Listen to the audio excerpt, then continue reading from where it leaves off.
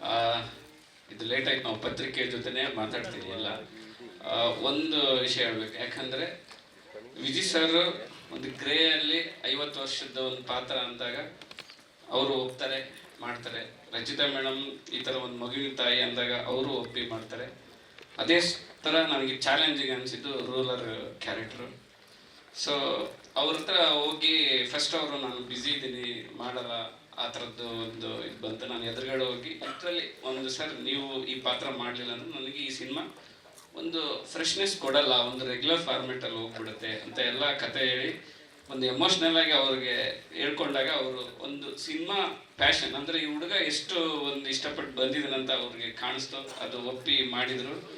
So ಅವ್ರು ಹೇಳ್ದಂಗೆ ನಾನು ಅವ್ರ ಕತೆ ಹೇಳ್ದಂಗೆ ನಾನು ಈ ಸಿನಿಮಾದಲ್ಲಿ ತೆಗೆದಿದ್ದೀನಿ. ಆ ಥರ ಅವರು ಕಾಣಿಸ್ತಾರೆ ಅಂತ ನಾನು ಅಂದ್ಕೊಂಡಿದ್ದೀನಿ. ಅವತ್ತು ನನಗೆ ಒಂದು ರೆಸ್ಪೆಕ್ಟ್ ಕೊಟ್ಟು ಮಾಡಿದ್ದಕ್ಕೆ ಥ್ಯಾಂಕ್ ಯು ಸರ್. ಸೊ ಇವತ್ತು ಸಿನಿಮಾ ನೋಡಿದಾಗ ಅದು ಒಂದು ಕಾಣುತ್ತೆ. ನಾನು ಏನು ಜಡ್ಜ್ ಮಾಡಿ ನಿಮ್ಮ ಹತ್ರ ಕೇಳ್ಕೊಂಡಿದ್ದೋ ಅದೇ ಈ ಸ್ಕ್ರೀನಲ್ಲಿ ಹೊಸದಾಗಿ ಕಾಣುತ್ತೆ. Thank you. ಅಂದರೆ ಎಲ್ಲರೂ ಒಪ್ಕೊಂಡಿದ್ದಾರಲ್ಲ, ಅದೇ ನನ್ನ ಗ್ರೇಟ್ನೆಸ್, ಅದೇ ನನ್ನ ದೊಡ್ಡ ಸಕ್ಸಸ್. ಅಂದರೆ ವಿಜಯ್ ಸರ್ ಆ ಏಜ್ ಆ ಗೆಟಪ್ಪಲ್ಲಿ, ಇವರು ಆ ನೆಗೆಟಿವ್ ರೋಲಲ್ಲಿ, ರಚಿತಾ ಮೇಡಮ್, ಆಮೇಲೆ ಭಾವನಾ, ಆ ಪಾತ್ರಗಳು ಒಪ್ಕೊಂಡಿದ್ದಾರೆ. ಅಂದರೆ ಅವರು ಇದಕ್ಕೂ ಮುಂಚೆ ಆ ಥರದ್ದು ಒಂದು ಮಾಡದೇ ಇರುವಂಥ ಒಂದು ಪಾತ್ರಗಳು ಮಾಡಿದಾರಲ್ಲ, ಅದೇ ನನ್ನ ದೊಡ್ಡ ಸಕ್ಸಸ್ ಅಂತ ಹೇಳಕ್ಕೆ ಇಷ್ಟಪಡ್ತೀನಿ. ಆಮೇಲೆ ಪ್ರೊಡಕ್ಷನ್ ನನಗೆ ಇದುವರೆಗೂ ಯಾಕೆ ಏನು ತೆಗಿತಿದ್ದೀರಾ ಅಂತಲೂ ಗೊತ್ತಿಲ್ಲ. ಇನ್ಕ್ಲೂಡಿಂಗ್ ಟೀಸರ್ ಕೂಡ ಅವರು ಇವಾಗೆ ನೋಡ್ತಾ ಇರೋದು. ಸೊ ಅದಕ್ಕೆ ದೊಡ್ಡ ಅಭಾರಿ. ಈ ಥರದ್ದು ಒಂದು ಮೂವಿ ಮಾಡೋಕ್ಕೆ ಆ ಥರದ್ದು ಒಂದು ನಂಬಿಕೆ ಇರಬೇಕು. ಆ ನಂಬಿಕೆ ಇಟ್ಕೊಂಡಿದ್ದಾರೆ.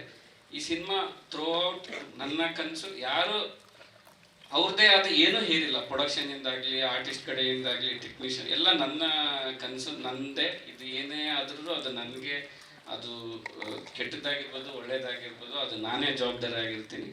Thank you sir.